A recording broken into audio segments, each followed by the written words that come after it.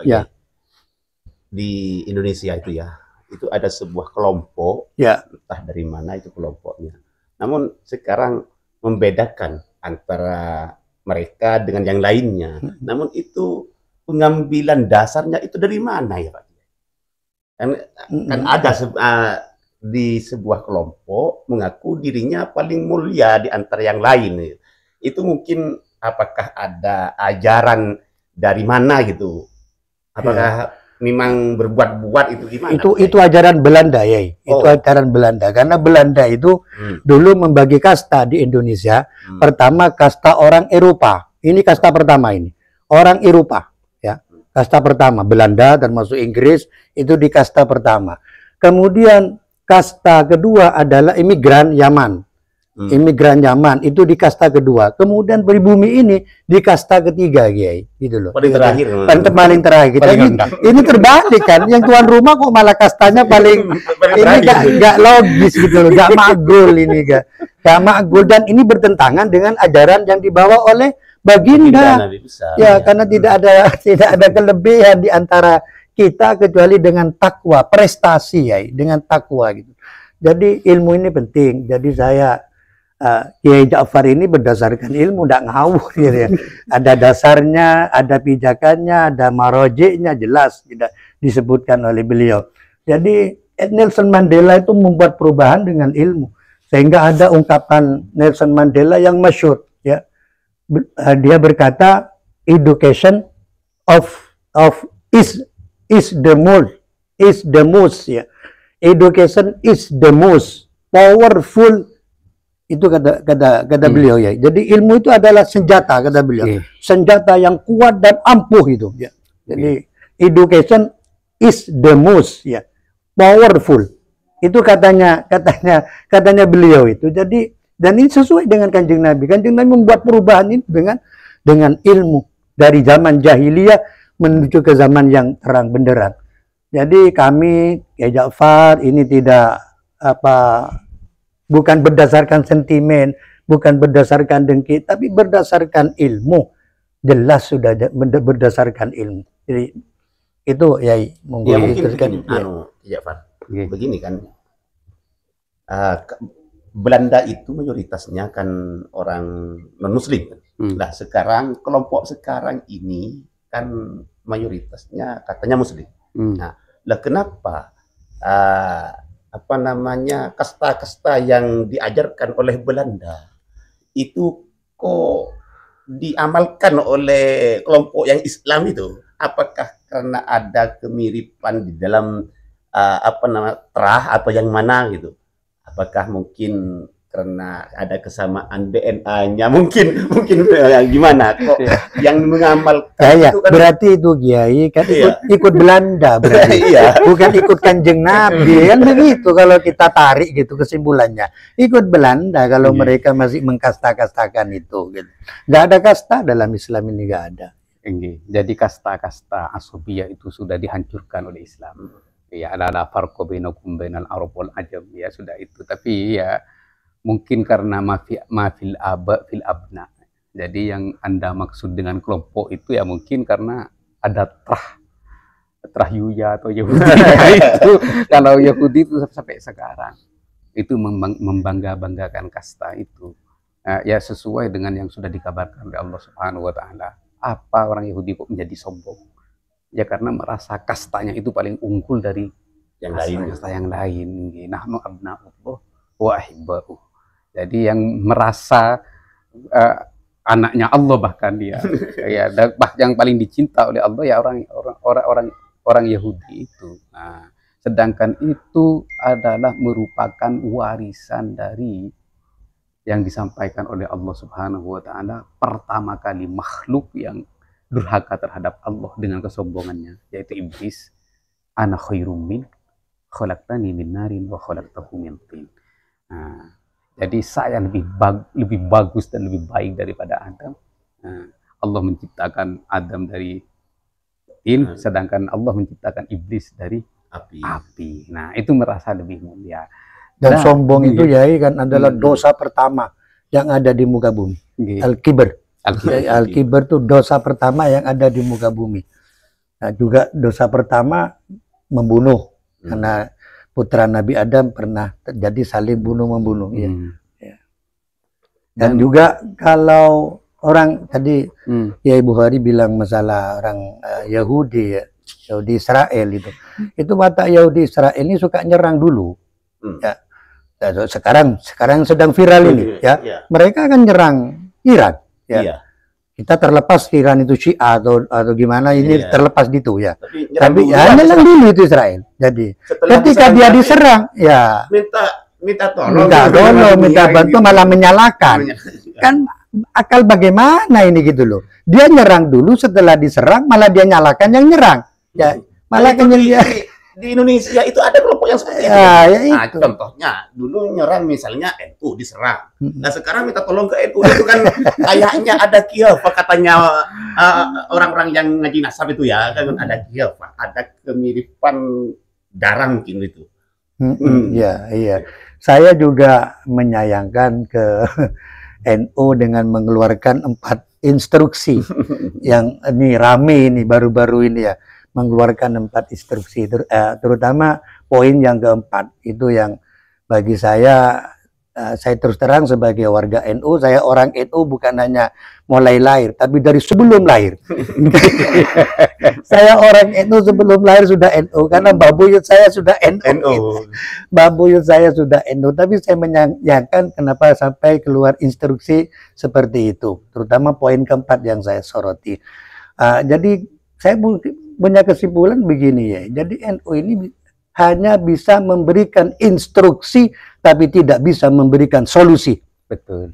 Hanya bisa memberikan instruksi tapi nggak bisa memberikan solusi atas permasalahan polemik nasab ini. Mestinya yang kita tunggu oleh warga NU, saya juga sebagai pribadi, itu menunggu bagaimana solusi dari NU gitu loh. Kan ini menyangkut kebanyakan warga Nahdlatul Ulama yang terlibat di dalam masalah polemik nasab ini. Bahkan NU juga menuduh PWI itu gerakan pemecah. Iya, bahkan dia menyebut terang-terangan ya, dan itu sebetulnya kan larangan itu. Menyebut langsung organisasinya PWILS itu ya, disebut. Padahal kalau kita kembali ke sejarah Indonesia, yang mengadu domba itu bukan pribumi. Mulai dari bangkitnya PKI, terus 10 tahun terakhir, siapa yang mengadu domba antara rakyat dengan pemerintahannya. Dan siapa juga yang sering mencari-cari kesalahan pemerintah, masa dengan hanya kiroat berlanggam Jawa dianggap istana iblis, sudah dibesar-besarkan dan tidak proporsional. Banyak yang diabaikan dari tempat-tempat maksiat yang lain, dan juga masalah-masalah korupsi, hingga sekarang guru gembul ngoceh di mana-mana. Ya, itu karena dampak dari surat edaran NU yang tidak tentang masalah ini, yang masalah tambang nikel ini yang viral sekarang. Betul ya, iya betul. Kami Pak Kiai kan menyayangkan, kami dulu pernah dengar bahkan di YouTube itu kan banyak mengatakan kalau NU itu dikatakan nasi uduk, kemudian Ki Ma'ruf Amin dikatakan babi, itu anjing, ya. Kelompok mereka kan gitu. Setelah sekarang sudah juga pribumi ini melawan, kami yang diinstruksi dari NU itu kan seperti yang kita bicarakan tadi ya. Jadi mereka ini menyerang Ki Ma'ruf, dicaci maki, ya, dihujat dan lain sebagainya gitu. Mereka menyerang beliau ya. IG Nusantara tidak terima kan begitu ya. Sekarang ketika kita mengkritik kemudian kita dianggap pemfitnah ya, kita dianggap pemfitnah ya. Itu akal-akal Yahudi ya. Seperti yang sekarang nampak ini sekarang ya. Yahudi nyerang Iran, tapi begitu diserang balik maka menyalahkan Iran ya. Justru yang diserang yang salah. Yang diserang yang salah. Yang disakiti yang salah. Jadi begini teman-teman, kami ya bisa mengambil kesimpulan dari apa yang beliau sampaikan, dan juga pertanyaan Minal Bukhari tentang kondisi polemik nasab yang ada di Indonesia ini. Yang pertama, perlu kita ketahui bahwa yang membatalkan nasab pertama kalinya itu bukan para kiai, bukan para anak cucu Wali Songo, akan tetapi yang membatalkan nasab pertama itu adalah dari kaum Ba'alawi. Disampaikan melalui panggung-panggung pengajian, media sosial, dan bahkan dari buku tertulis. Jadi yang menafikan dan membatalkan nasab itu adalah mereka. Itu yang pertama. Terus yang kedua, polemik nasab ini bukan hanya sekedar polemik nasab. Ini bukan tentang kejadian persoalan nasab, akan tetapi di sini ada gerakan yang luar biasa sekali. Seperti yang disampaikan oleh tokoh sufi yang bernama Ja'far bin Nasir, bahwa siapapun yang melakukan pemelintiran terhadap agama itu adalah perbuatan yang sangat luar biasa, yang sangat merusak kaum muslimin pada umumnya, seperti itu.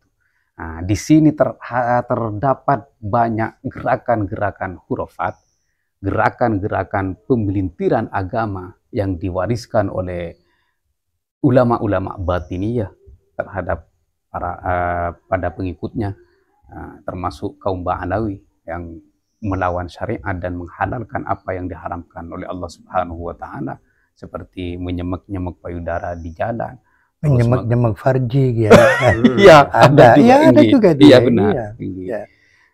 Jadi kita ini dalam rangka meluruskan, bukan karena sentimen, tidak. Ya. Jadi yang benar kita katakan benar, yang salah kita katakan salah, siapapun itu, ya. Siapapun itu. Jadi di sini dalam membela nyemek-nyemek payudara itu, Kiai, mereka mengutip pernyataan-pernyataan ulama batiniyah seperti Asy'uwaini. Asy'uwaini itu adalah murid dari Mansur Al-Hallaj, murid kesayangan Mansur Al-Hallaj. Di sini adalah gerakan melawan syariat. Dan juga di sini juga disebutkan terang-terangan oleh Idrus Alawi Al-Masyhur bahwa gerakan melawan syariat di sini ditulis. Kami hanya menjawab dan meluruskan. Seperti apa yang disampaikan oleh Kiai di awal video, yahmilu hadzal ilma min kulli khalafin uduluhu yanfauna anhu tahrifal walin ta'wilal jahilin wa intihadal mubtilin. Jadi hanya ulama-ulama yang adil yang dimaksud oleh baginda Nabi besar Muhammad sallallahu alaihi wasallam. Siapa ulama-ulama yang adil? Ya, yang salah tetap disalahkan, yang benar tetap dibenarkan. Ya. Bukan karena Ba'alawi yang berkata nanti akhirnya takut atau tidak berani. Nah, berarti itu tidak adil. Siapapun yang salah ya harus tetap disalahkan. Kalau Ba'alawi sekarang menganjurkan nyemek-nyemek payudara di jalan, ya itu jelas salah karena menghalalkan sesuatu yang diharamkan oleh Allah Subhanahu wa Ta'ala. Nah, jadi ini semoga sampai di telinga PB dan juga semoga sampai di telinga Majelis Ulama Indonesia, dan juga semoga sampai di setiap lembaga-lembaga dakwah dari setiap ormas-ormas yang ada di Nusantara ini, agar dikaji ulang, agar diteliti lebih dalam lagi terhadap gerakan-gerakan yang menyesatkan, yang terselubung dalam klaim Sadah dan Ahlul Bait.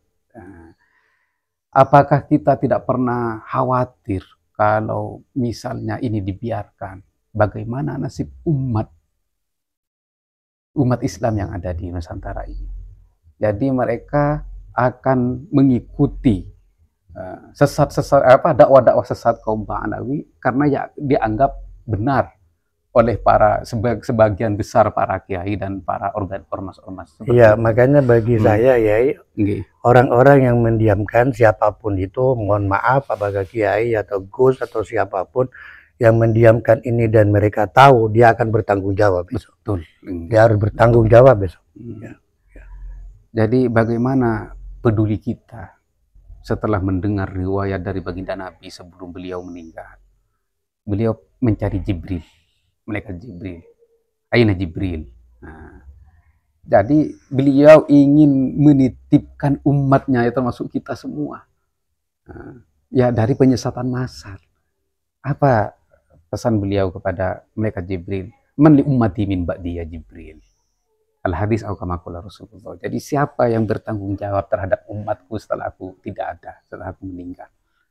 Nah, dari sini beliau menitipkan umat ini kepada orang-orang alim yang adil. Orang-orang alim yang adil yaitu yang salah disalahkan, yang sesat disesatkan tanpa pandang bulu.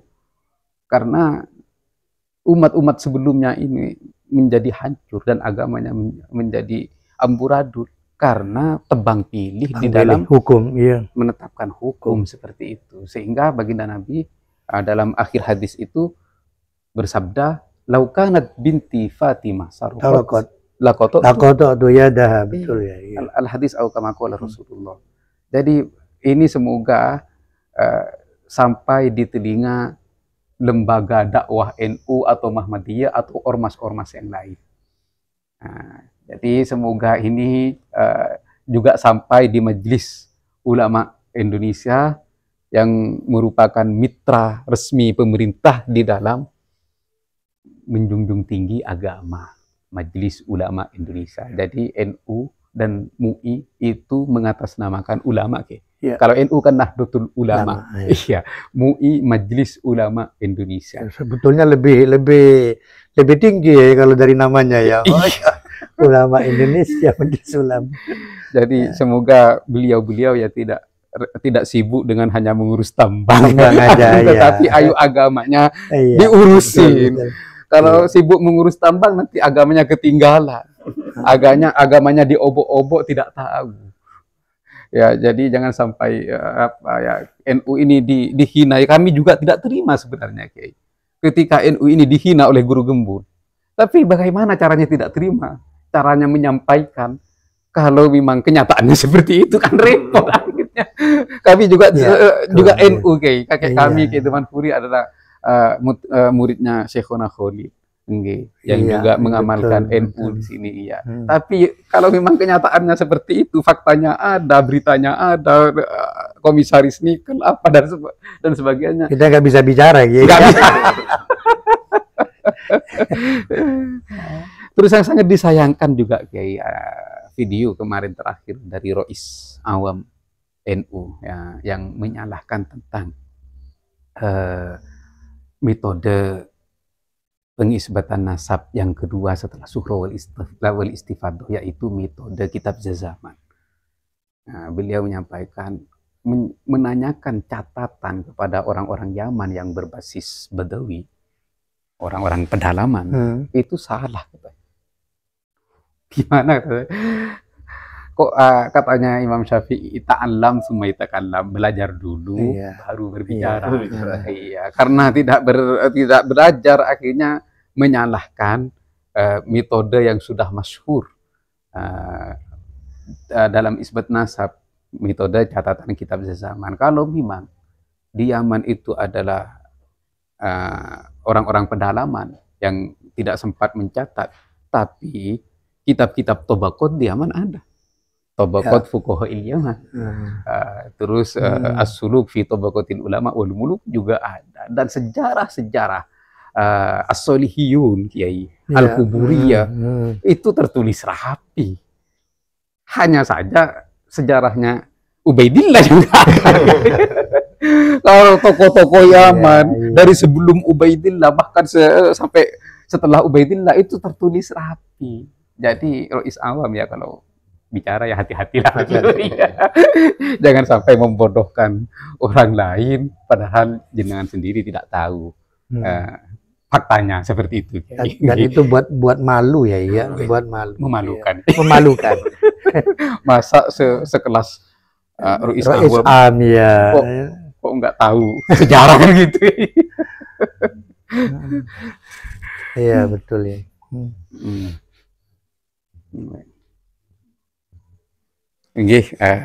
Baik teman-teman, dan saudara-saudara kami di NU, baik dari tingkat bawah maupun tingkat PB, mohon dikaji ulang dalam menyikapi polemik nasab. Di sini kami sampaikan kebenaran terletak pada firman Allah Subhanahu wa taala, sedangkan petunjuk berada dalam setiap sabda baginda Nabi besar Muhammad sallallahu alaihi wasallam. Pernyataan para sahabat adalah penjelasan dari keduanya, sedangkan pernyataan para ulama adalah merupakan rincian dari semua itu. Artinya, kalau kita mau kembali kepada hitoh, kembali kepada sebuah kebenaran, maka Allah Subhanahu wa taala sudah menyampaikan, fa in tanaza'tum fi syai'in farudduhu ila Allahi wa rasulih. Nah, jadi jangan gegabah di dalam menyampaikan keputusannya, dan jangan gegabah di dalam menyalahkan orang lain dan berpihak kepada yang lainnya. Saya sangat berharap keputusan atau edaran dari PB itu sama seperti yang dianjurkan oleh Allah Subhanahu wa taala. Dan kalau memang PB itu seperti yang disampaikan oleh Kiai tadi, ingin memberi solusi terhadap umat di Nusantara ini akan polemik nasab yang tak kunjung selesai, ya kita kembali kepada Al-Quran, fab'atsu hakaman min ahlihi wa hakaman min ahliha iyurida islahan yuwaffiqillahu bainahuma. Dan ini juga dulu dilakukan oleh Amr bin As setelah terjadi perbedaan atau pertikaian di antara Sayyidina Muawiyah dengan Sayyidina Ali radhiyallahu ta'ala anhu. Maka Sayyidina Amr bin As mengangkat Al-Quran, bainana kitabullah. Nah, semoga nanti Majelis Ulama Indonesia atau PIPI menyampaikan kepada kaum Ba'alawi dan para kiai, bainana kitabullah. Ayo di antara kita adalah kitabnya Allah Subhanahu wa taala, yaitu adalah Al-Quran, sesuai dengan apa yang disampaikan oleh Allah Subhanahu wa taala untuk memberi solusi akan polemik nasab yang sampai saat ini belum berakhir. Begitu Kiai, closing statement Kiai, penutup dari jenengan. Ya, jadi kesimpulannya seperti yang saya sampaikan tadi, jadi ini ya bukan asal-asalan, bukan ngawur-ngawuran, tidak, tapi penelitian yang dilakukan ini berdasarkan ilmiah, berdasarkan ilmu, bukan karena iri, bukan karena sentimen dan lain-lainnya, tidak. Dan juga kesimpulannya bahwa polemik nasab ini yang memulai mereka, bukan kami ya. Mereka yang kemudian mengatakan bahwa nasab Wali Songo sudah terputus ya, walaupun ada keturunan perempuan katanya. Kalau perempuan mungkoti, dan itu kan nggak masuk akal dia. Masa dari 9 wali nggak ada anak laki-lakinya, itu kan nggak masuk akal dan tidak sesuai dengan kenyataan. Setelah kita teliti, tapi ini juga ada hikmahnya bagi kami, sehingga kami mau membuka manuskrip, mau membuka kitab gitu, mau menelusuri, mau meneliti yang dulu kita enggak aja ya. Akhirnya kita mau melek dan mau membuka kitab, mau mempelajari mana ini sebetulnya yang benar, ini yang mana, yang benar ini yang bagaimana. Itulah yang sekarang kami teliti, Mudah-mudahan semua bisa mendapatkan hidayah dari Allah. Amin, amin, terutama amin. kami ini gitu loh. Amin. Karena tanpa hidayah dari Allah, naudzubillahi min dzalik, walau annana nazzalna ilaihimul malaikata wa kallamahumul mauta wa hasyarna alaihim kulla syai'in qubulan ma kanu liyu'minu illa ayyasha Allah. Jadi kalau tanpa hidayah, jadi mudah-mudahan semua tercerahkan, semua mendapatkan hidayah, sehingga berani mengatakan yang hak adalah yang hak, yang benar adalah yang benar, yang salah adalah yang salah. Demikian Kiai. Terima kasih Kiai. Baik. Atas penerimaan kami di sini. Baik, terima kasih Kiai atas silaturahimnya dan silah ilmunya. Semoga ini menjadi pencerahan bagi kaum muslimin di Nusantara, dan semoga ini juga menjadi bekal kepada para pengurus lembaga-lembaga dakwah untuk mengkaji kembali apa yang sudah diedarkan oleh beliau-beliau. Dan harus berani mengatakan yang benar ya. Ya. Berani mengatakan yang benar. Harus berani. Qulil haqqu walau kana murra. Jadi katakanlah yang hak walau itu pahit sekali. Jadi jangan takut di framing, jangan takut di fitnah. Iya, dulu Baginda juga di framing. Bahkan dikatakan gila karena menyampaikan yang hak. Jadi teman-teman seperjuangan, jangan takut di framing, jangan takut di fitnah. Pasti yang menyampaikan sesuatu yang hak pasti di framing. Sampai Allah Subhanahu wa taala yang membela Baginda Nabi. Wa ma sahibukum bimajnun.